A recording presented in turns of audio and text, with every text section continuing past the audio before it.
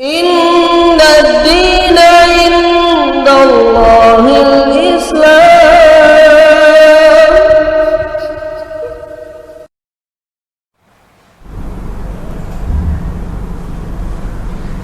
Assalamualaikum warahmatullahi wabarakatuh. Alhamdulillah hamdan katsiran thayyiban mubarakan fi kama yuhibbu rabbuna wa yarda. Asyhadu an la ilaha illallah wahdahu la syarikalah wa asyhadu anna Muhammadan abduhu wa rasuluh. Amma ba'd. Ikhwani fillah wa ahfadi fiddin, pemirsa Warakas Mengaji wa rahimani wa rahimakumullah dimanapun Anda berada. Alhamdulillah di sore hari ini kita kembali bertemu dalam kajian ilmiah Ramadan dalam pembahasan tema menyongsong malam 1000 bulan bersama Al-Ustadz Abu Jundi Hafidhahullah Ta'ala. Alhamdulillah telah hadir bersama kita guru kita Al-Ustadz Abu Jundi. Kaifahlukum wa ahlukum sad. Alhamdulillah.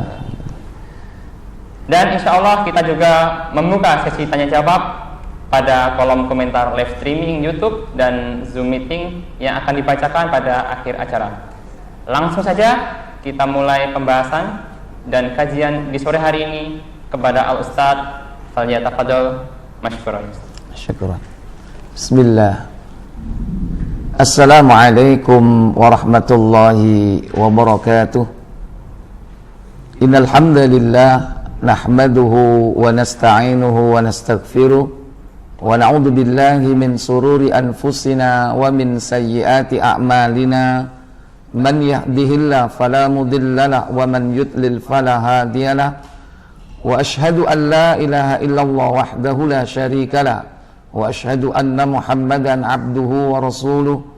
Allahumma salli wa sallim wa barik ala Muhammadin sallallahu alaihi wa ala alihi wa ashabihi wa man tabi'ahum bi ihsanin ila yaumiddin, amma ba'd.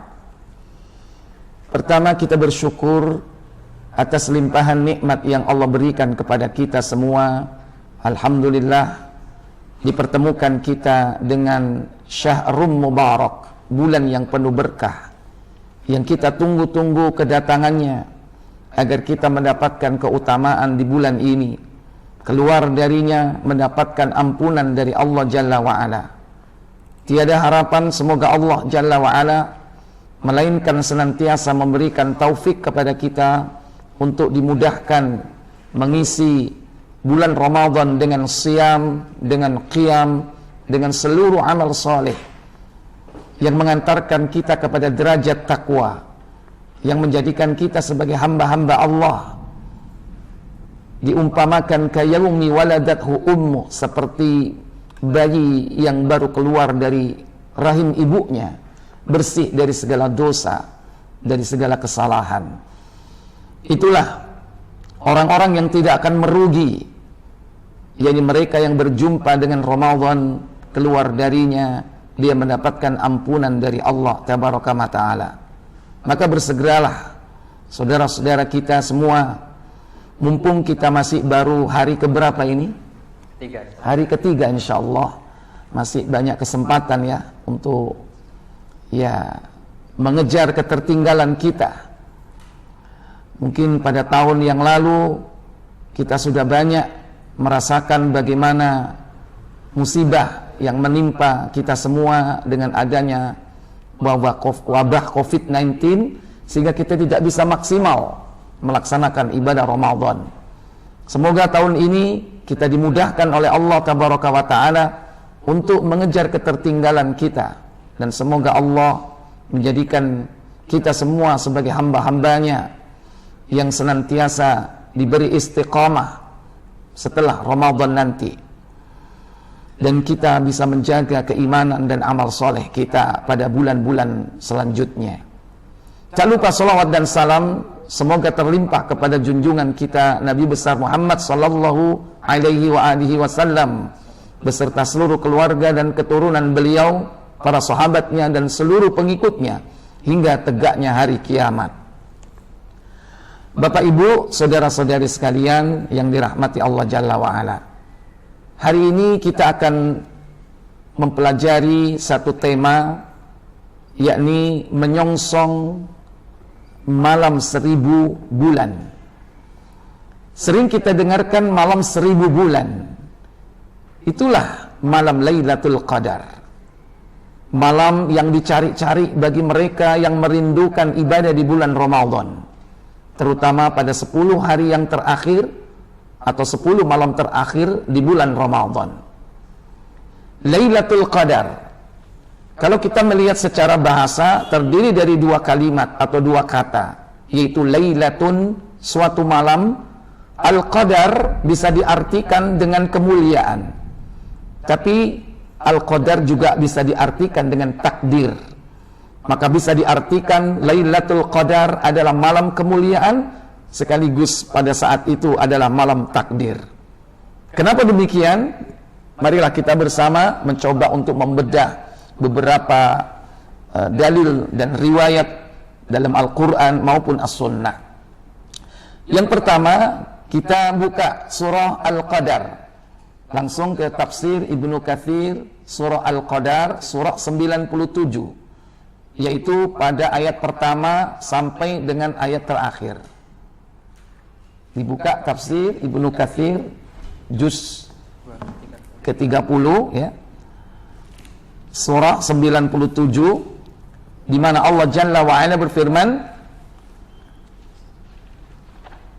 Inna anzalnahu fi lailatul qadr wa ma adraka ma lailatul qadr lailatul qadri khairum min alfi syahr tanazzalul malaikatu warruhu fiha bi'izni rabbihim min kulli amr salamun hiya hatta matla'il fajr. Apa kata Allah Jalla wa'ala? Silakan terjemahkan dulu. Sesungguhnya kami telah menurunkan Al-Quran pada malam kemuliaan. Dan tahukah kamu apakah malam kemuliaan itu? Malam kemuliaan itu lebih baik dari 1000 bulan. Para malaikat turun pada malam itu, malaikat-malaikat dan malaikat Jibril dengan izin Rabb-nya untuk mengatur segala urusan. Malam itu penuh kesejahteraan sampai terbit fajar. Iya, baik, silakan boleh dilanjutkan tafsirnya. Mulai dari ayat pertama, Inna anzalnahu fi lailatul qadr. Sesungguhnya kami telah menurunkan Al-Quran pada malam kemuliaan. Apa malam kemuliaan itu? Silakan. Dan itulah malam Al-Qadr yang ada pada bulan Ramadan, sebagaimana yang difirmankan Allah Ta'ala, bulan Ramadan, bulan yang di dalamnya diturunkan Al-Quran. Ibnu Abbas dan juga yang lainnya mengatakan Allah menurunkan Al-Quran itu sekaligus 30 juz dari Lauh Mahfuz ke Baitul Izza, di Baitul Izza, di langit dunia. Di langit dunia itu turun sekaligus, yakni 30 juz, 114 surat. Berapa ayatnya? Masih ingat? Hadirin pemirsa Warakas Mengaji, masih ingat berapa jumlah ayat Al-Quran? 6.666. Itu lagu lama ya, jangan salah, itu sering disampaikan dalam pelajaran-pelajaran kita. Tapi yang benar dalam tafsir Ibnu Katsir, jumlah ayatnya adalah 6.236. Nah, itu turun seluruhnya sekaligus dalam satu kitab di Baitul Izza, di langit dunia. Dan saat itulah terjadi pada bulan Ramadan. Ikhwatal iman a'izzakumullah. Bahkan bukan hanya Al-Quran saja ternyata yang turun di bulan Ramadan itu. Seluruh kitab-kitab ilahiyah itu diturunkan di bulan Ramadan. Ingat bahwa Allah menjadikan perhitungan setahun itu 12 bulan itu jauh sebelum Allah menciptakan Adam. Coba dicek dalam surah At-Taubah, surat 9, ayat 36. Allah Jalla Jalaluhu berfirman, Inna iddatash syuhuri 'indallahi 12 syahra 12 syahran fi kitabillahi yawma khalaqas samawati wal arda minha arba'atun hurum dzalika ad-dinul qayyim. Apa kata Allah Jalla wa Ala? Sesungguhnya jumlah bulan menurut Allah itu adalah 12 bulan, sebagaimana dalam ketetapan Allah pada waktu Dia menciptakan langit dan bumi. Di antaranya ada 4 bulan haram. 4 bulan haram, arba'atun hurum dzalika ad-dinul qayyim. Apa kata Allah? Itulah ketetapan agamanya yang lurus. Agama Allah yang lurus. Sesungguhnya perhitungan bulan di sisi Allah dalam setahun itu ada 12 bulan. Dalam ketetapan Allah tatkala Allah menciptakan langit dan bumi, Adam belum ada. Adam itu terakhir dicipta hari Jumat selepas asar sampai malam, setelah tercipta seluruh makhluk. Sebelum Adam dicipta, waktu sudah berjalan. Allah sudah menciptakan langit dan bumi dan apa yang ada di antara keduanya. Terjadilah rotasi dan revolusi, perhitungan waktu. Dan Allah tetapkan setahun 12 bulan. Dan Allah sebut nama-nama bulan tersebut. Bahkan Allah sebut nama bulan yang disucikan. Minha arba'atun hurum. Di dalamnya ada 4 bulan suci. Hurum jamak dari haram. Arti haram, suci. Berarti tanah haram, tanah suci. Masjidil Haram, masjid suci. Bulan haram, bulan suci. Apa bulan yang suci itu? Ada 4, yaitu Zulqa'dah, bulan 11, Dzulhijjah, bulan 12, Muharram, bulan yang pertama. Ditambah dengan yakni 1 bulan yang menyempal, ya, yang menyendiri dari 3 salasatun mutawaliyat yang berurutan, yaitu Rajab. Rajab Mudhar. Inilah bulan suci. Berarti Ramadan bulan suci atau bukan? Kalau Allah tetapkan bulan suci cuma 4, Zulqa'dah, Dzulhijjah, Muharram dan Rajab, Ramadan bulan suci atau bukan? Bukan. Tapi kita sudah kadung sering menyebut, kita sambut bulan apa? Bulan suci Ramadan. Ada yang tidak terima. Loh, terus bulan apa bulan Ramadan kalau bukan bulan suci? Ramadan bukan bulan suci. Ramadan itu disebut Syahrum Mubarak, bulan yang penuh berkah. Sebagaimana sabda Nabi SAW, buka An-Nasai, jilid kedua An-Nasai, nomor 2105, 2105.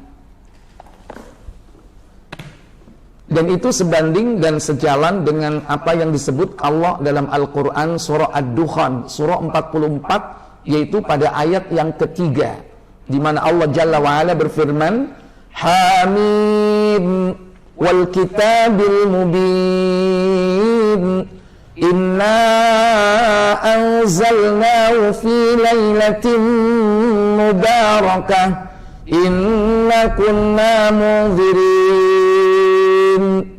Baik, An-Nasai dibaca dulu. Sudah ketemu? Dari Abu Hurairah, ia berkata, Rasulullah SAW bersabda. Apa sabda beliau SAW?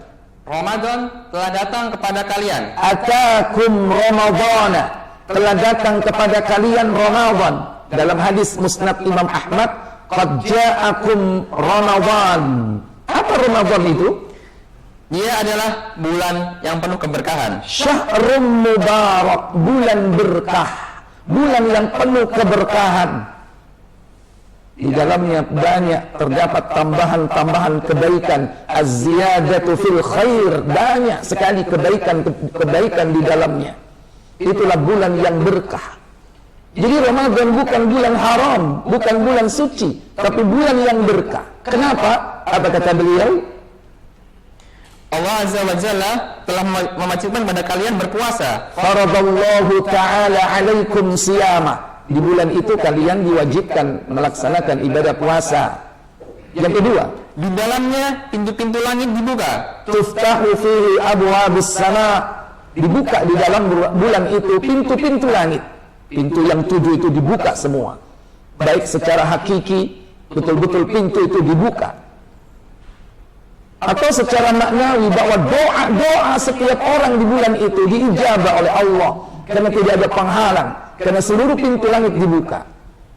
Yang ketiga, pintu-pintu neraka jahanam ditutup. iya, wa tughlaqu fihi abwabu al-jahim. Dalam riwayat yang lain, futihat abwabun nar.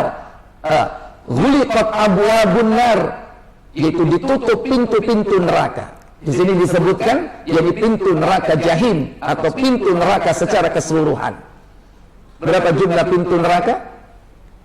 Ada 7 pintu neraka. Semuanya ditutup oleh Allah Jalla wa'ala di bulan Ramadan. Apalagi keutamaannya? Dan setan-setan membangkang dibelenggu. Wa tughallu maradatus syayatin. Setan-setan pembangkang. Siapa itu? Yaitu pentolan-pentolan syaitan. Pemuka-pemuka syaitan itu yang dibelenggu. Adapun yang kerucu-kerucu itu masih ada, ya.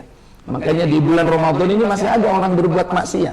Berarti dia kalah dengan kopralnya, sekalipun jenderalnya sudah dibelenggu oleh Allah Jalla wa'ala.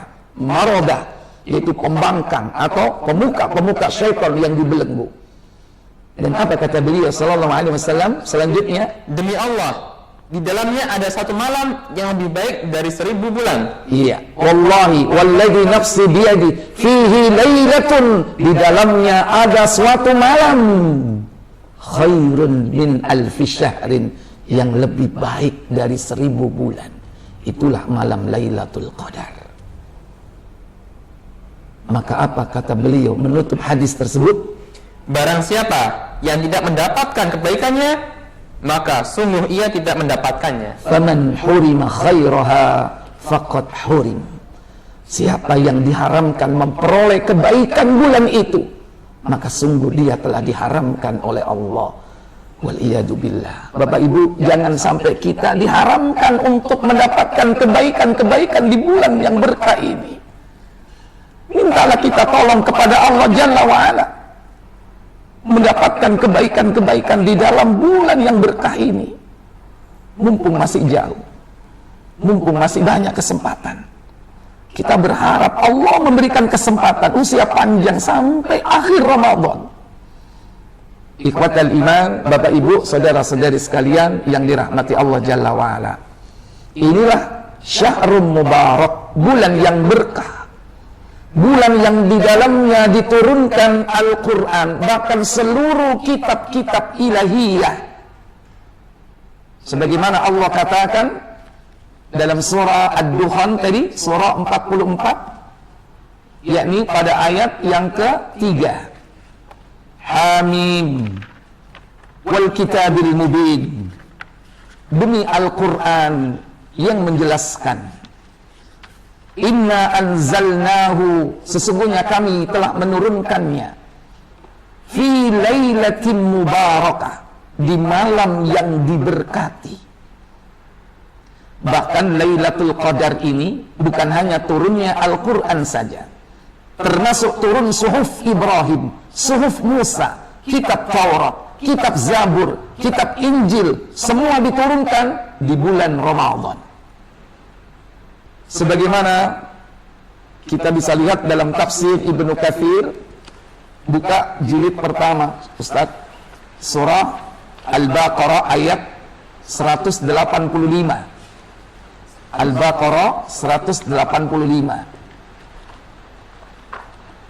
Allah Jalla Jalaluhu berfirman, Syahru Ramadan alladhi unzila fil Qur'an hudan linnas wa bayyinatin minal huda wal furqan.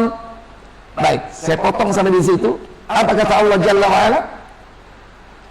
Beberapa hari yang ditentukan ialah bulan Ramadan. Bulan Ramadan. Ada apa dengannya? Bulan yang di dalamnya diturunkan Al-Quran sebagai petunjuk bagi manusia, dan penjelasan-penjelasan mengenai petunjuk-petunjuk itu, dan pembeda antara yang hak dan yang batil. Baik, mestinya itu terjemahannya ada tambahan kalimat permulaan. Syahrul Ramadan alladzi unzila fihi al-Qur'an, bulan Ramadan, bulan di mana diturunkan permulaan Al-Qur'an. Ada nggak di situ seperti itu? Coba diulangi. bulan Ramadan, bulan di dalamnya diturunkan permulaan Al-Quran. Nah, kalau Bapak Ibu punya terjemah, ya, di situ nggak ada kalimat permulaan, itu kurang lengkap.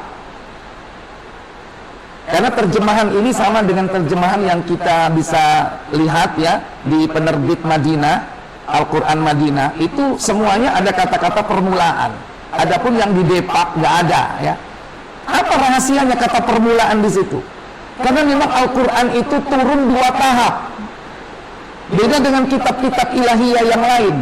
Suhuf Ibrahim, kitab Taurat, kitab Zabur, kitab Injil, itu turun langsung dari Lauhul Mahfuz ke Nabi para penerimanya, lengkap dalam satu kitab. Beda dengan Al-Quran. Al-Quran 2 tahap. Tahap pertama dari Lauhul Mahfuz ke Baitul Izzah. Di mana letak Baitul Izzah? Di langit dunia. Nah, itu turun lengkap. Lengkap.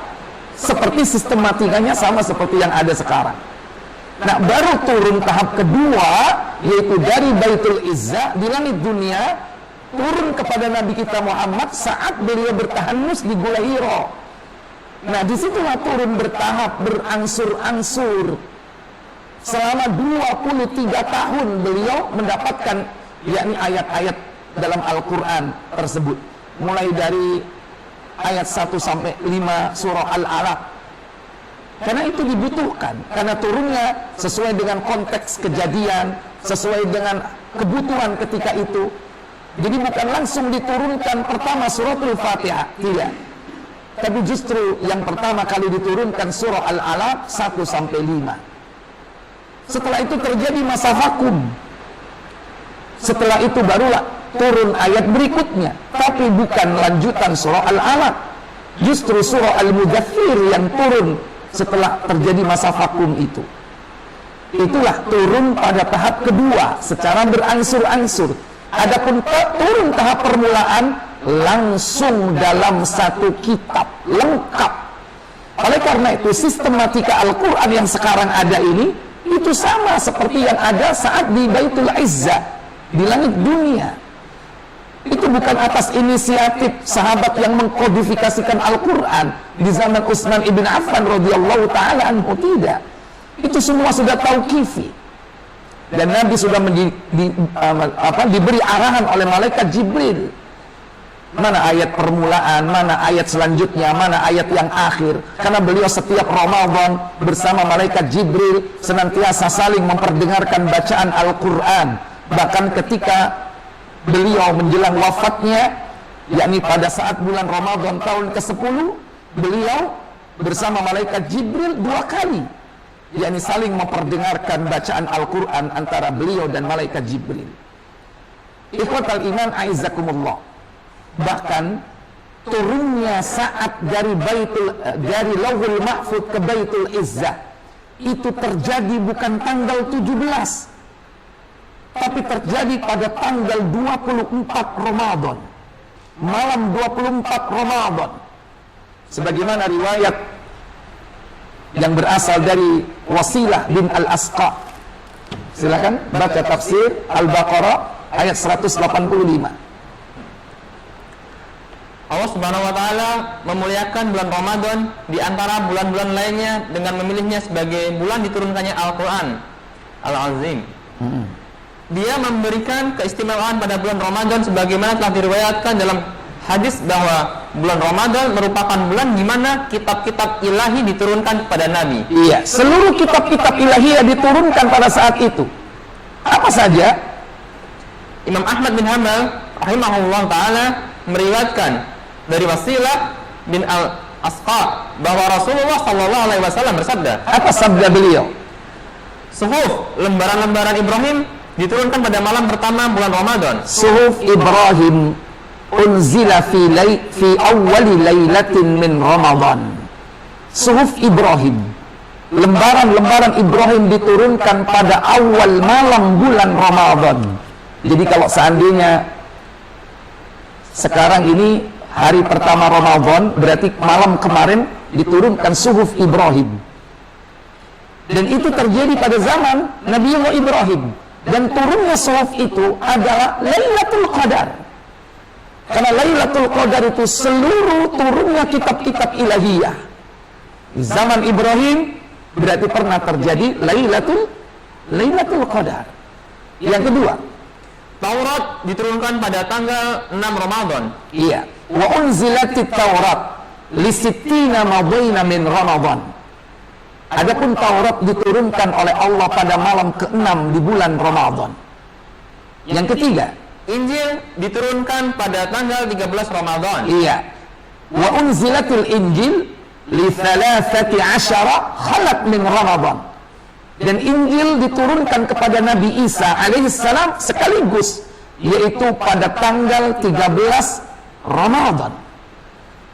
Sekarang Al-Quran, apa kata beliau sallallahu alaihi wasallam? Dan Al-Quran diturunkan pada tanggal 24 Ramadan. Iya, wa anzalal Quran, dan Al-Quran diturunkan oleh Allah Jalla wa Ala li arba' wa ishrina khalat min Ramadan, diturunkan yaitu pada tanggal 24 Ramadan.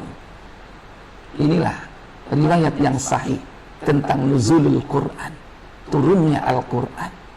Jadi Al-Quran diturunkan pada saat Lailatul Qadar.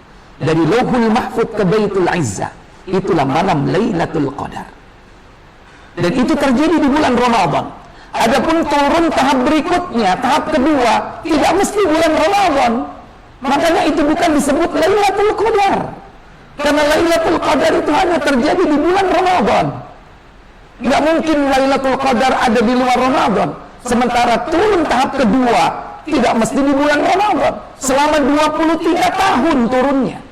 Bisa bulan Zulqa'dah, bisa bulan Dzulhijjah, bisa bulan Safar. Tapi yang turun saat dari Lauhul Mahfuz ke Baitul Izzah, tanggal 24 Ramadan, itulah Lailatul Qadar. Terus 17 Ramadan itu dari mana? Wallahu a'lam. Asal jangan itu dianggap angka keramat aja, ya kan? Dikit-dikit 17. Baik, kalau kita memang jujur mengikuti riwayat yang sunnah, yang benar, sebagaimana riwayat Wasilah bin Al-Asqa, bukan 17 Ramadan nuzulul Quran itu. Kalaupun ada yang berpendapat seperti itu merupakan perselisihan di kalangan para ulama. Adapun ini hadis dalam Musnad Imam Ahmad, dinukil oleh Ibnu Katsir dalam tafsir beliau. Ikhwatal iman a'izzakumullah. Bahkan relevan dengan terjadinya Lailatul Qadar pada tahap berikutnya, yaitu di zaman Rasulullah. Bukankah Nabi memerintahkan untuk mencarinya di 10 hari terakhir? Nabi memerintahkan taharrau Lailatul Qadri fil witri, carilah Lailatul Qadar itu pada bilangan ganjil min ashril awakhir fi Ramadan, yaitu pada 10 hari terakhir di bulan Ramadan. Bapak Ibu, saudara-saudari sekalian yang dirahmati Allah Jalla wa Ala. Kemudian, apakah Lailatul Qadar itu masih akan tetap turun? Padahal wahyu sudah terputus. Kalau tadi turunnya kitab-kitab ilahiyah, seluruh kitab samawi diturunkan di bulan Ramadan, di malam Lailatul Qadar. Sekarang Al-Quran sudah terputus, sudah tidak ada lagi wahyu yang turun. Apakah tetap Lailatul Qadar itu turun? Lailatul Qadar itu tetap turun setiap tahun di bulan Ramadan. Tapi bukan turunnya wahyu, tapi turunnya malaikat. Dia membawa berkah yang diturunkan dari Allah untuk kehidupan umat manusia. Sehingga siapa yang beribadah pada saat itu serupa dengan ibadah selama 1000 bulan. Sebagaimana dijelaskan dalam tafsir, kembali ke tafsir Ibnu Katsir surah Al-Qadar juz 30. Kalau antum sudah buka tadi, jangan ditutup lagi supaya nanti bukanya gampang, kita melompat sana melompat sini. Al-Qadar, langsung kalimat di situ Wa ma adraka ma Lailatul Qadar. Dan apakah malam Lailatul Qadar itu? Lailatul Qadri khairum min alfi syahr. Lailatul Qadar itu adalah malam yang lebih baik dari 1000 bulan. Baik, Ustaz baca, silakan. Dan tahukah kamu, apakah malam kemuliaan itu lebih baik dari 1000 bulan? Ketika malam kemuliaan itu menyerupai ibadah 1000 bulan, ketika malam itu terjadi menyerupai ibadah 1000 bulan. Siapa yang beribadah pada saat malam itu serupa dengan beribadah 1000 bulan. Ada nggak orang usianya 1000 bulan? Kalau dikonversi ke umur tahun, kurang lebih 83 tahun, lebih 4 bulan. Saya tanya Bapak Ibu, ada nggak orang usia 83 tahun? Ada, tapi jarang kan? Baik, pertanyaan kedua. Kalaupun ada orang usia 83 tahun, apakah mungkin selama 83 tahun itu full dia ibadah? Tidak. Dikurangi masa ketika belum balik. Taruhlah 15 tahun.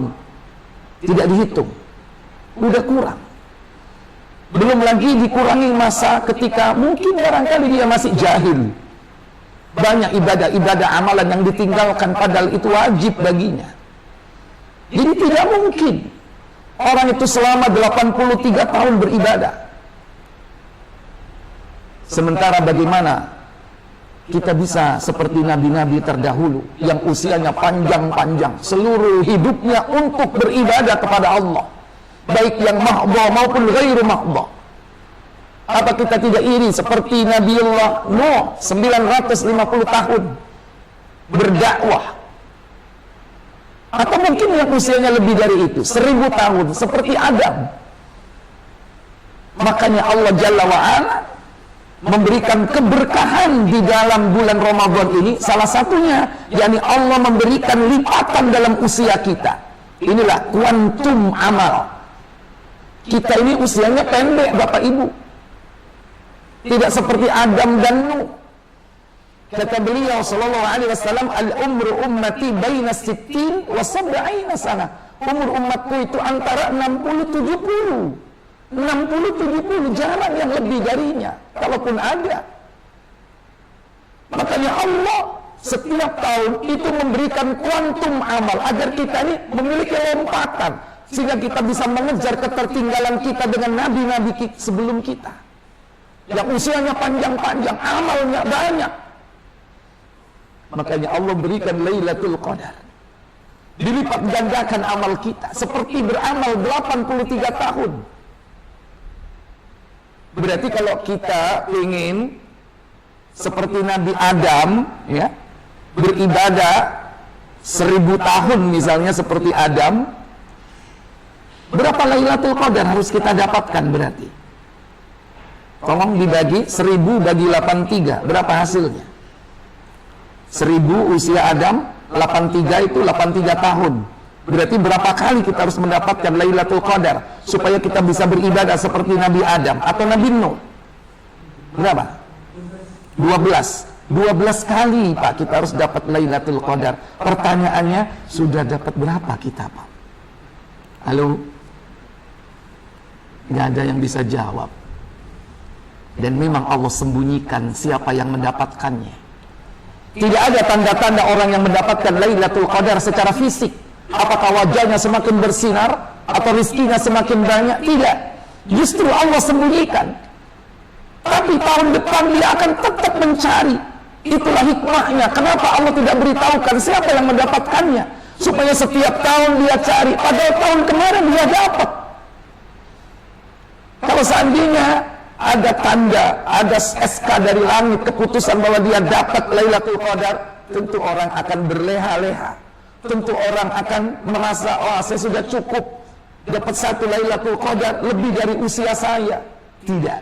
Allah sembunyikan siapa yang dapat Lailatul Qadar supaya dia setiap tahun mencarinya. Karena Nabi memerintahkan,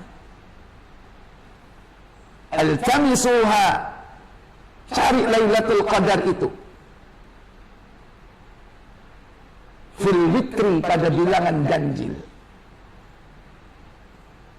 Ikhwatal iman a'izzakumullah. Sekarang kita masih pada permulaan, belum pertengahan. Nabi memerintahkan bilangan ganjil di situ adalah min asyril awakhir, di 10 yang terakhir. Tapi ingat, untuk meraih 10 terakhir itu harus kita mulai track record kita ini sejak awal. Jangan lantas hanya kita fokus ibadah di 10 hari terakhir, 10 hari pertama, 10 hari kedua nyantai. Para salafus soleh, mereka sudah mempersiapkan diri 6 bulan sebelum datang Ramadan. 2 bulan sebelum datangnya Ramadan, Rajab dan Sa'ban, beliau sudah memperbanyak ibadah dan membersihkan diri dari berbagai macam perbuatan-perbuatan maksiat. Bukankah bulan Rajab bulan haram? Siapa yang melakukan kezaliman, perbuatan dosa, dilipat gandakan oleh Allah Jalla wa'ala dosanya secara kualitas. Demikian pula di bulan Rajab, bukankah diperintah kita memperbanyak ibadah puasa? Inilah persiapan agar siapa nanti yang mendapatkan Lailatul Qadar itu betul-betul sudah siap secara mental, secara spiritual, karena sebelumnya sudah dipersiapkan, yakni menulis catatan kebaikan di bulan-bulan sebelum Ramadan. Tapi Bapak Ibu, saudara-saudari sekalian yang dirahmati Allah Jalla wa'ala, jangan berkecil hati. Semua itu bisa kita lakukan sembari kita sudah memasuki bulan Ramadan, dengan cara membersihkan diri kita dari berbagai macam dosa dan perbuatan maksiat. Maka bertobatlah kepada Allah dari segala dosa-dosa kita. Semoga dengan cara itulah kita dimudahkan oleh Allah Jalla wa'ala melangkah untuk memasuki yakni 10 hari terakhir di bulan Ramadan. Karena mungkin yang membuat berat itu adalah perbuatan maksiat yang belum kita bersihkan dengan taubat. Ingat, seluruh bulan Ramadan adalah bulan ampunan. Jangan membagi awalnya rahmat, pertengahannya ampunan, dan akhirnya pembebasan dari neraka. Ini tidak ada dasar dan dalilnya. Seluruh bulan Ramadan itu ampunan. Seluruh bulan Ramadan itu tidak lain adalah rahmat, dan seluruhnya adalah pembebasan dari neraka. Maka persiapkan diri kita Bapak Ibu, saudara-saudari sekalian, untuk menyongsong Lailatul Qadar dengan membenahi segala macam yakni amal ibadah kita. Kalau kita sudah dibersihkan dari dosa-dosa, mulai amal ibadah kita perbaiki. Terutama yang wajib, at-tabkir lil faraid, badir lil amal. Berpagi-pagilah di dalam melaksanakan ibadah, terutama yang wajib, dan bersegeralah untuk mengerjakan amal soleh, jangan menunda-nundanya. Semoga dengan cara inilah Allah Ta'ala akan memudahkan kita untuk mendapatkan Lailatul Qadar. Ikhwatal iman a'izzakumullah. Kemudian yang ketiga, Lailatul Qadar bukan hanya turunnya kitab-kitab ilahiyah, bukan hanya turunnya berkah. Baik, kita lanjutkan tafsir. Belum dibaca tadi? Apakah malam Lailatul Qadar itu? Lanjut. Ketika malam kemuliaan itu menyerupai ibadah selama 1000 bulan, maka ditegaskan di dalam kitab As-Sahihain dari Abu Hurairah bahwa Rasulullah SAW bersabda, barang siapa yang bangun untuk mendirikan salat pada malam Lailatul Qadar dengan penuh keimanan dan pengharapan akan pahala, maka akan diberikan ampunan kepadanya atas dosa-dosanya yang telah lalu. Iya. Itulah salah satu keutamaan dan keberkatan dalam bulan Ramadan, yakni diampuni dosa yang lalu. Bahkan seluruh amal ibadah yang dilakukan di dalam bulan Ramadan tujuannya adalah ampunan. Man shoma Ramadanan imanan wahtisaban ghufira lahu ma taqaddama min dhanbi. Ampunan. Man qama Ramadanan imanan wahtisaban ghufira lahu ma taqaddama min dhanbi. Ampunan.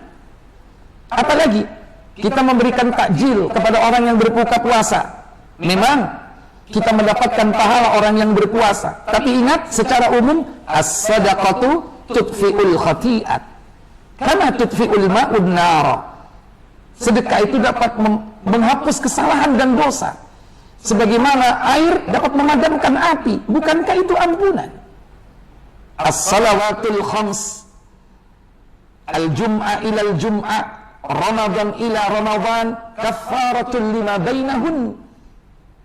Masa dari satu Ramadan ke Ramadan yang berikutnya merupakan ampunan di antara keduanya. Jadi inti dari ibadah yang kita lakukan di bulan Ramadan itu ampunan.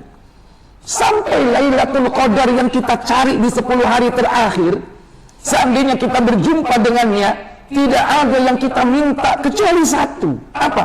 Ampunan. Sebagaimana Aisyah bertanya kepada Rasul, wahai Rasul, kalau aku menjumpai Lailatul Qadar, apa yang harus aku ucapkan? Faquli, kata Nabi, ucapkan Aisyah, Allahumma innaka afu tuhibbul afwa fa'fu anni. Bukan minta harta, bukan minta pangkat, bukan minta kedudukan, bukan minta anak. Ketika itu Aisyah belum punya anak. Apa tidak berharap punya keturunan? Sangat berharap. Ikhwatal iman. Tapi yang disuruh ucapkan oleh Nabi satu. Allahumma, wahai Allah, innaka afuun, engkau maha pemaaf. Tuhibbul afwa, cinta kemaafan. Fa'fu anni, maafkan aku. Susah-susah kita cari, siang dan malam kita memburunya. Kita mulai iktikaf selepas salat subuh sampai subuh berikutnya.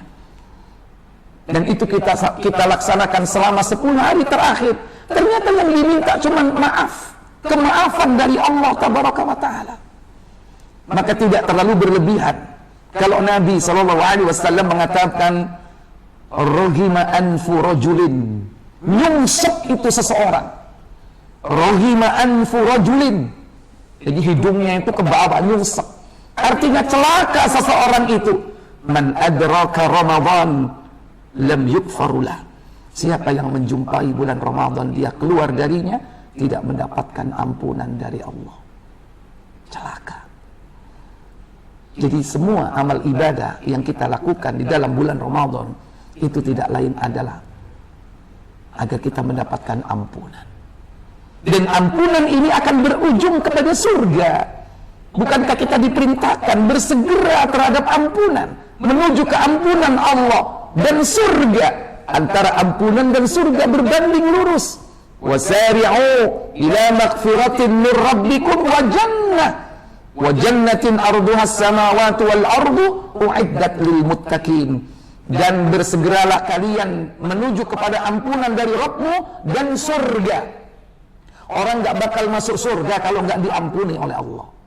Dan orang kalau sudah diampuni oleh Allah, insya Allah ujung-ujungnya nanti dia akan masuk surga, sekalipun dia harus dibakar di neraka.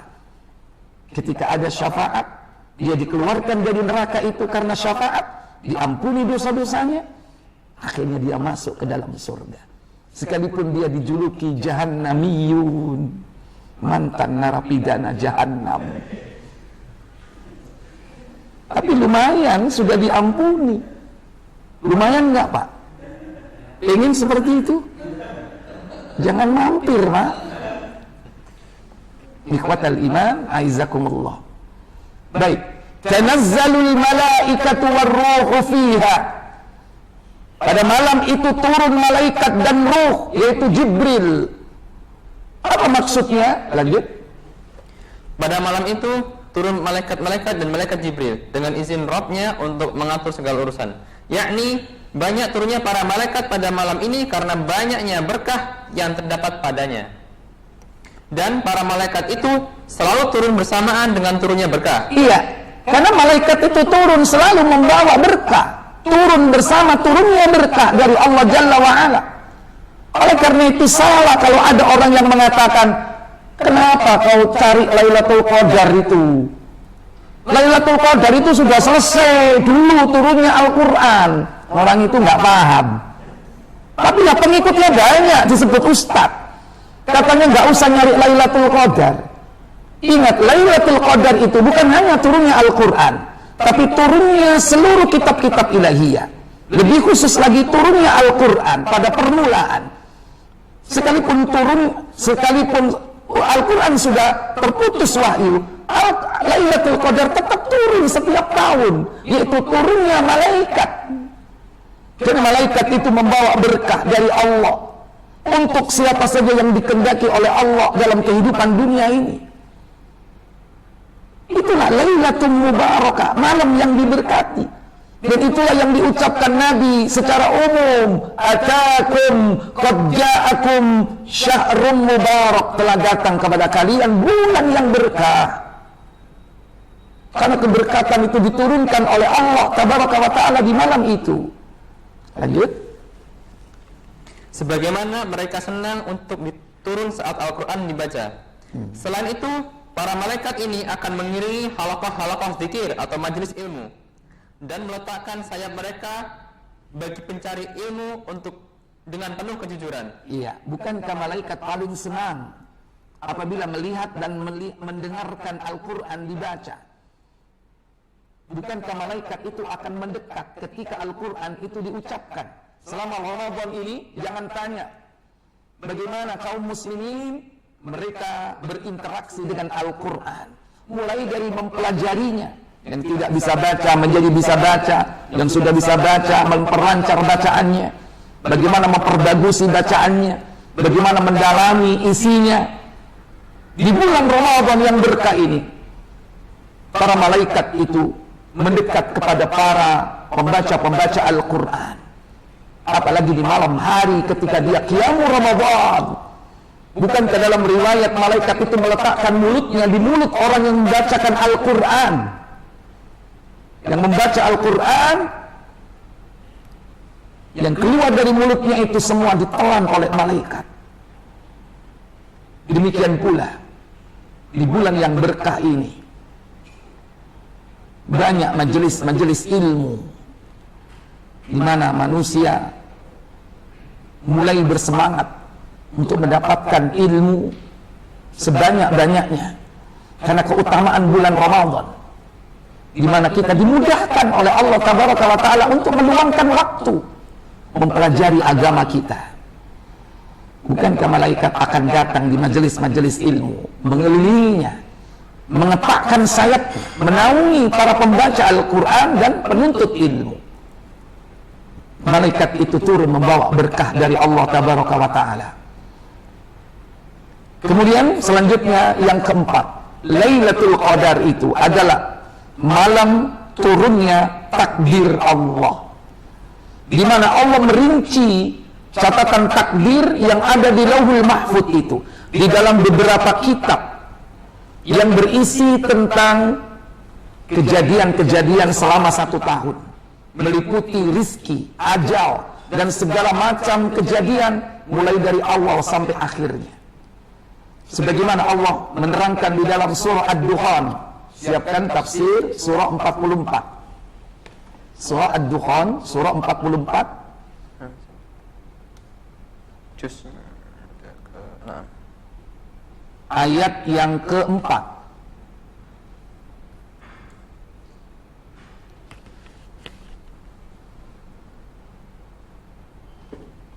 Surah Ad-Dukhan. Allah Jalla Jalaluhu berfirman, Hamim wal kitabil mubin, inna anzalnahu fi lailatin mubarakah, inna kunna munzirin, fiha yufraqu kullu amrin hakim. Apa kata Allah Jalla wa'ala? Hamim, demi kitab Al-Quran yang menjelaskan, sungguh kami menurunkannya pada suatu malam yang diberkahi, dan sesungguhnya kamilah yang memberi peringatan. Pada malam itu dijelaskan segala urusan yang penuh hikmah, yaitu urusan yang besar dari sisi kami. Sesungguhnya kami adalah yang mengutus rasul-rasul sebagaimana rahmat dari Rabbmu. Sesungguhnya dialah yang maha mendengar lagi maha mengetahui. Baik, langsung ke tafsir. Allah Subhanahu wa taala berfirman seraya menceritakan tentang Al-Qur'an yang agung bahwa Dia telah menurunkannya pada malam yang penuh berkah, yaitu malam Lailatul Qadar. Sebagaimana yang telah difirmankannya, sesungguhnya kami telah menurunkan Al-Qur'an pada malam kemuliaan. Dan yang demikian itu terjadi pada bulan Ramadan. Sebagaimana yang difirmankan oleh Allah, bulan Ramadan bulan di dalamnya diturunkan permulaan Al-Qur'an. Dan kami telah menyebutkan beberapa hadis yang berkenaan dengan hal tersebut dalam surat Al-Baqarah. Firman-Nya, dan sesungguhnya kamilah yang memberi peringatan. Maksudnya, mengajarkan kepada umat manusia apa yang bermanfaat bagi mereka dan apa yang memberi mudarat kepada mereka menurut syariat, agar hujah Allah berdiri tegak atas hamba-hambanya. Dan firman-Nya, pada malam itu dijelaskan segala urusan yang penuh hikmah. Iya, pada malam itu dijelaskan segala urusan yang penuh hikmah. Apakah urusan tersebut? Lanjut. Yaitu pada malam Lailatul Qadar Dia rincikan dari Lauhul Mahfuz. Dia Allah merincikan dari Lauhul Mahfuz, yaitu tentang catatan takdir.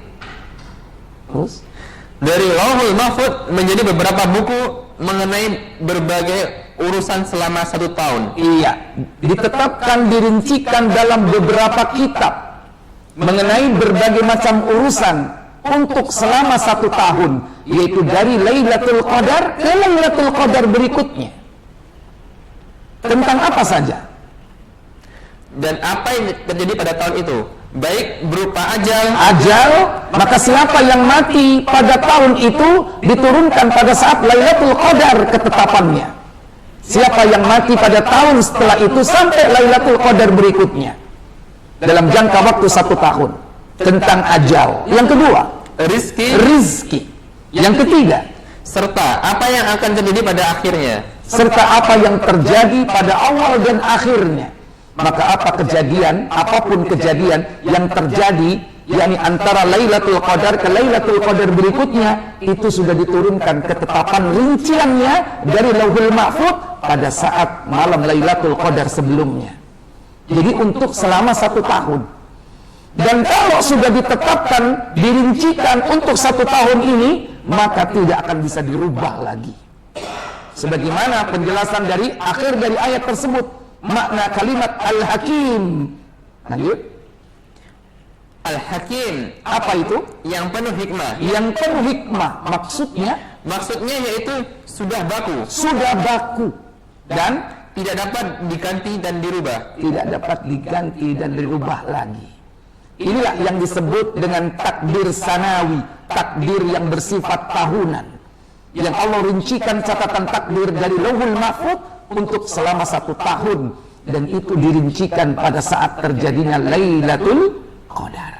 Makanya disebut Lailatul Qadar bukan hanya malam kemuliaan, tapi juga malam takdir. Berarti kejadian sekarang ini, Pak, ini catatannya diturunkan Lailatul Qadar kapan? Tahun lalu. Dan siapa yang meninggal juga sudah ditetapkan, diturunkan catatannya pada Lailatul Qadar tahun lalu. Cuman kita nggak tahu, Pak. Nggak ada bocorannya, Pak. Nggak bisa nengok. Hanya Allah saja yang tahu. Malaikatnya pun nggak tahu. Ikhwatal iman, aizakumullah. Itulah kenapa kita diperintah oleh Allah Tabaraka wa Ta'ala untuk mencari Lailatul Qadar di bulan Ramadan yang berkah ini. Karena banyak kebaikan-kebaikan yang bisa kita dapatkan di dalamnya. Dan untuk mendapatkannya, maka mulailah dari sekarang kita mempersiapkan diri menyongsong Lailatul Qadar itu dengan segala potensi yang kita miliki, baik dengan harta kita, dengan pikiran kita, dengan waktu kita, dan bahkan mungkin dengan jiwa kita. Semoga Allah memudahkannya. Wa akhiru da'wana walhamdulillahi rabbil alamin. Wassalamualaikum warahmatullahi wabarakatuh. Waalaikumsalam. Alhamdulillah, kita telah memasuki sesi tanya jawab, dan Bapak Ibu para pemirsa Warakas Mengaji bisa mengirimkan pertanyaan pada kolom komentar live streaming dan Zoom meeting. Dan sudah masuk beberapa pertanyaan dari pemirsa Warakas Mengaji. Pertanyaan yang pertama, Assalamualaikum Ustadz. Waalaikumsalam warahmatullahi wabarakatuh. Apakah boleh menggabungkan dua niat dalam satu kali salat sunnah 2 rakaat, yakni salat ba'diyah isya dan salat tarawih? Bagaimana jika kita mengerjakannya secara berjamaah di masjid, dan bagaimana kita mengerjakannya secara munfarid di rumah? Jazakumullah khair. Baik. Diperbolehkan bagi orang yang melaksanakan amalan sunnah untuk menggabung dengan amalan sejenis. Contoh, puasa. Dia melaksanakan puasa ayyamul bid. Biasa dia lakukan amalan itu. Nah, kebetulan bertepatan dengan hari Kamis atau hari Senin, maka dia boleh menggabung puasa itu kedua-duanya.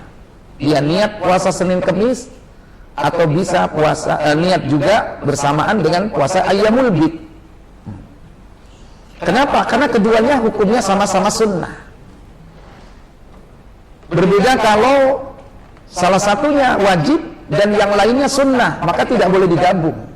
Yang satu puasa Senin Kemis, yang satunya puasa qadha yang hukumnya wajib, maka tidak boleh. Tidak boleh dia mengqadha puasanya dengan niat sekaligus puasa Senin dan Kamis. Maka niatkanlah yang lebih utama, yakni yang wajib terlebih dahulu, baru kemudian yang sunnah. Nah, demikian pula sholat. Kalau dia menggabung dua sholat sunnah, diperbolehkan. Contoh, sholat qobliyah subuh dengan tahiyatul masjid. Ketika dia datang ke masjid, waktu sudah mepet, cuman tinggal 2 menit. Nah, apa yang dia lakukan? Mungkin dia cuman sholat 2 rakaat dengan niat digabung tahiyatul masjid sekaligus qobliyah subuh. Adapun menggabung yang wajib dengan yang sunnah, nggak boleh. Sholat subuh sekaligus niat tahiyatul masjid, atau sholat subuh sekaligus niat qobliyah subuh. Ini nggak benar. Jadi kalau sama-sama sunnah boleh, kalau yang wajib dengan sunnah nggak boleh. Wallahu a'lam. Nah, ini cara yang pertama. Cara yang kedua, kalau kita sudah biasa istiqomah, nggak perlu digabung, nggak apa-apa. Biasa tahiyatul masjid istiqomah kalau dia masuk masjid, dan dia biasa qobliyah subuh ketika dia sebelum melaksanakan sholat subuh. Dua-duanya sholat yang istiqomah. Nah, silakan meniatkan salah satunya. Diniatkan tahiyatul masjid saja, atau diniatkan qobliyah subuh saja. Lalu terus gimana sholat yang lain? Sholat yang lain ketika kita tidak laksanakan tatkala ada uzur, kita akan mendapatkan pahala yang sama. Jangan khawatir, orang yang istiqomah itu akan tetap dapat pahala yang sama, sekalipun saat itu dia tidak melakukannya. Contoh, dia istiqomah sholat tahajud, suatu malam dia nggak sholat tahajud, tertidur karena dikalahkan oleh kantuknya. Maka orang seperti ini akan mendapatkan pahala yang serupa ketika dia melaksanakan sholat tahajud. Bahkan kata Nabi, sholatnya itu tidurnya termasuk sedekah. Dalam Sahih Abu Dawud, Nabi SAW bersabda, "Ma min 'abdin salatakunu salatin bil laili." Tidaklah seorang hamba yang mengerjakan sholat malam secara istiqomah, fayaghlibuhu naum, dan dia dikalahkan oleh kantuknya sehingga dia tertidur, illa kutibalahu sholatihi, maka dicatat baginya sholatnya, yakni sholat malamnya tersebut. Wa kana naumuhu sadaqah, dan tidurnya pun dianggap sebagai sedekah. Itulah keutamaan orang yang istiqomah di dalam mengerjakan amal. ketika dia udzur syar'i, dia tidak mengerjakan amalan itu, akan tetap mendapatkan pahala yang sama. Jadi ada dua pendekatan kalau itu terjadi. Silakan pilih salah satu kalau kita sudah terbiasa melakukannya, atau mungkin dua-duanya diniatkan, itu diperbolehkan selama dua-duanya adalah amalan yang bersifat sunnah. Wallahu a'lam. Alhamdulillah, itulah jawaban dari pertanyaan pertama. Dan dari hamba Allah ada pertanyaan yang kedua, yaitu Ustadz, bagaimana tanda-tanda malam Lailatul Qadar itu? Iya. Tanda-tanda malam Lailatul Qadar sempat disampaikan oleh Nabi SAW, tetapi setelah terjadi. Jadi bukan sebelum terjadi, tapi setelah terjadi. Coba dibuka Tirmidzi nomor 794.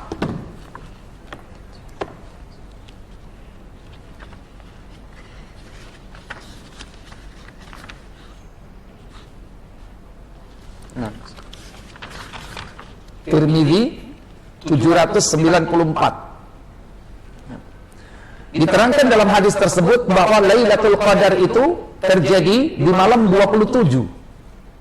Dan itu merupakan pendapat yang kuat di kalangan para ahlul ilm, yaitu terjadi pada malam 27. Tetapi tidak menutup kemungkinan Lailatul Qadar itu terjadi di malam-malam ganjil yang lain, sebagaimana terjadi di zaman Rasul pernah, yaitu malam ke-21 pada awal-awal diperintahkannya kewajiban puasa Ramadan, sehingga saat itu Nabi iktikaf di 10 hari pertama, 10 hari kedua, 10 hari ketiga. Begitu masuk 10 hari terakhir, beliau dikabarkan bahwa Lailatul Qadar itu terjadi 10 malam yang terakhir, di mana beliau bermimpi sujud di tanah basah. Ternyata benar, ketika itu di pagi harinya hujan turun membasahi masjid, sehingga mereka semua sujud di atas tanah basah. Di dahi-dahi mereka terdapat tanah yang basah.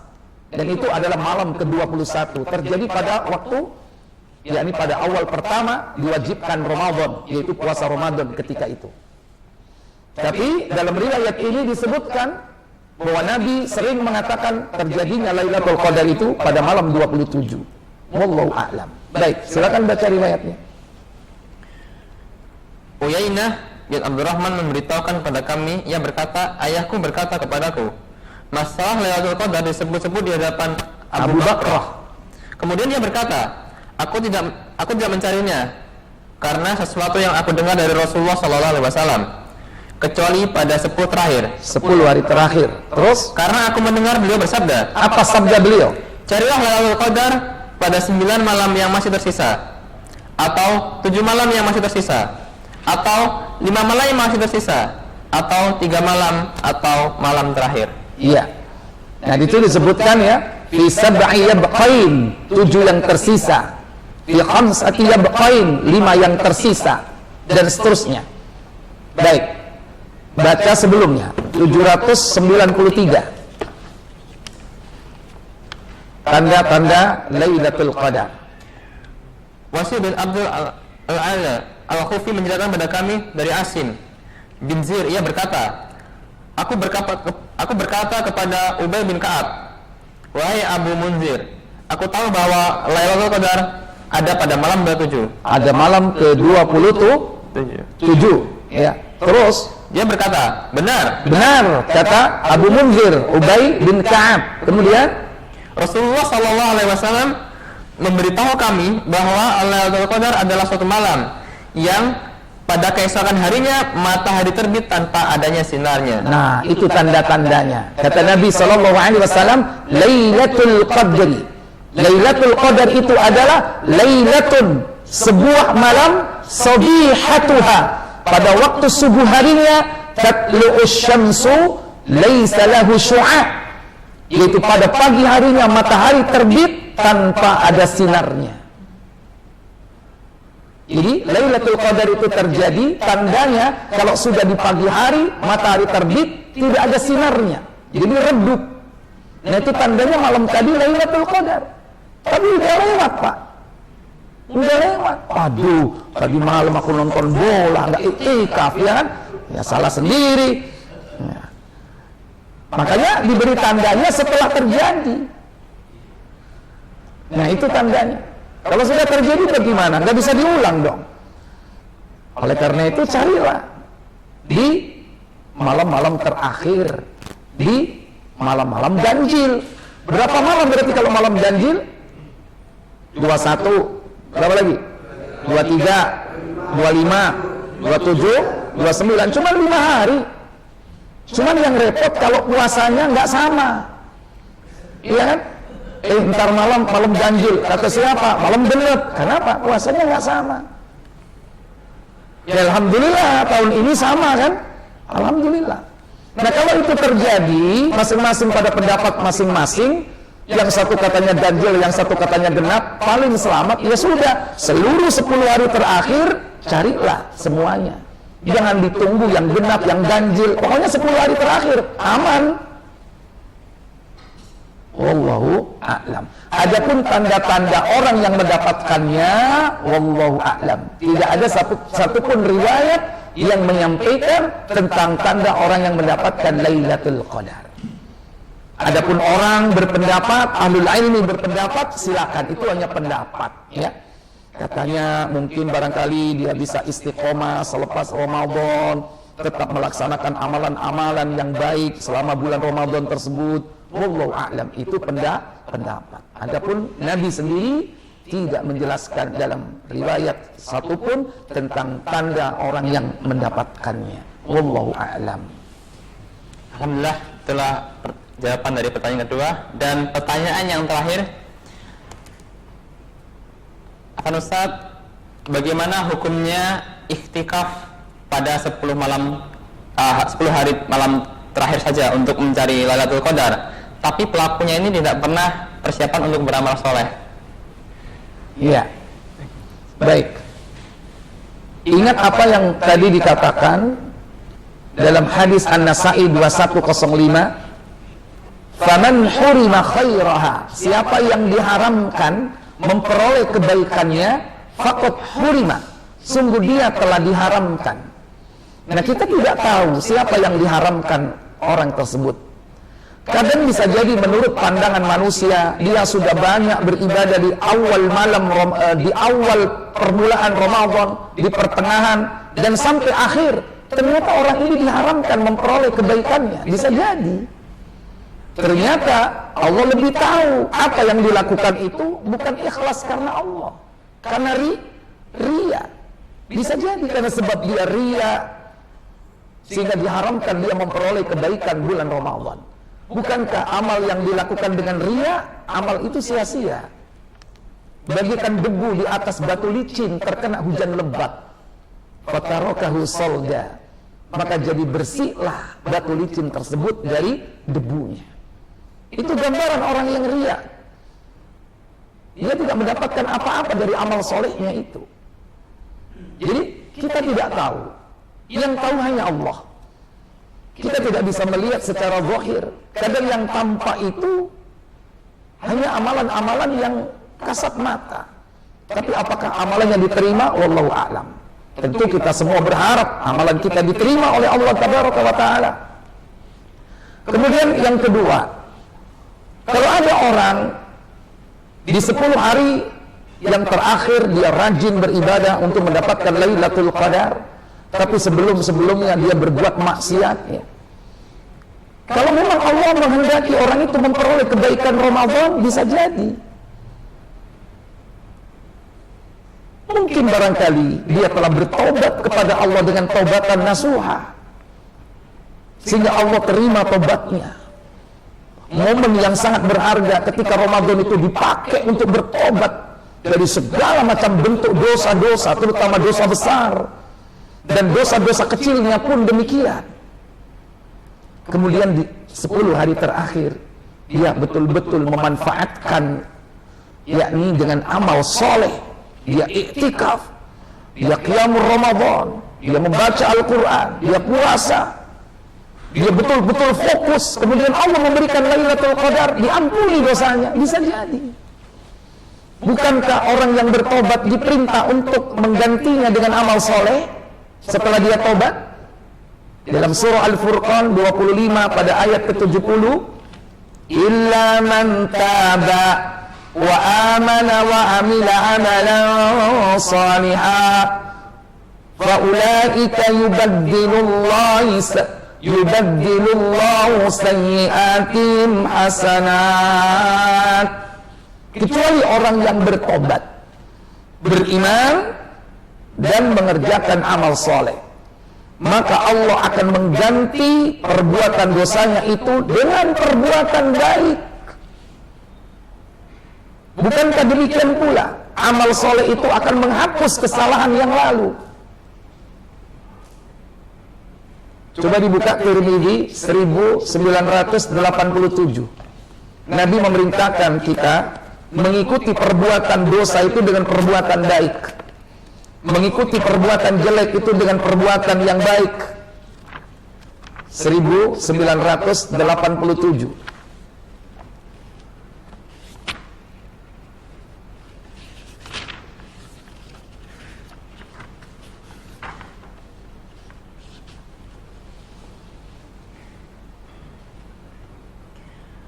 Dari Abu Dzar, dia berkata, Rasulullah Shallallahu Alaihi Wasallam bersabda kepadaku, bertakwalah engkau kepada Allah dimanapun engkau berada. Ittaqillah, kata Nabi kepada Abu Dzar, bertakwalah kalian kepada Allah haitsu ma kunta, di mana saja kau berada, kata beliau.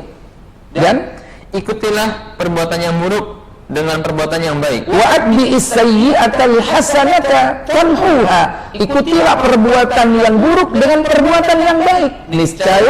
Niscaya perbuatan yang baik itu akan menghapus perbuatan yang buruk. Perbuatan yang baik itu akan menghapus perbuatan yang buruk. Dan tidak ada perbuatan baik yang paling utama setelah dia berbuat buruk, yaitu taubat kepada Allah dengan taubatan nasuha. Bisa jadi orang itu kelihatan di mata manusia dia melakukan perbuatan dosa sebelum Ramadan. Begitu Ramadan dia bertobat kepada Allah dan mengisinya dengan amal soleh. Apalagi dia mau iktikaf, betul-betul dilaksanakan iktikaf itu sesuai sunnah. Dia tidak keluar dari masjid selama 10 hari terakhir. Bisa jadi Allah akan memberikan ampunan kepadanya melalui Lailatul Qadar. Tapi ikuti apa yang dianjurkan dan dituntunkan oleh Nabi Sallallahu Alaihi Wasallam. Karena amal itu akan diterima dengan 2 syarat, yaitu ikhlas karena Allah Tabaraka wa Ta'ala, dan yang kedua al-mutaba'ah, yaitu mengikuti tuntunan yang diajarkan oleh Nabi Sallallahu Alaihi Wasallam. Maka dia jauh dari syirik dan riya, dan dia jauh dari perbuatan bid'ah, dan amalnya sesuai dengan tuntunan yang diajarkan oleh Rasulullah Sallallahu Alaihi Wasallam. Wallahu a'lam. Bisa cukup, Ustaz.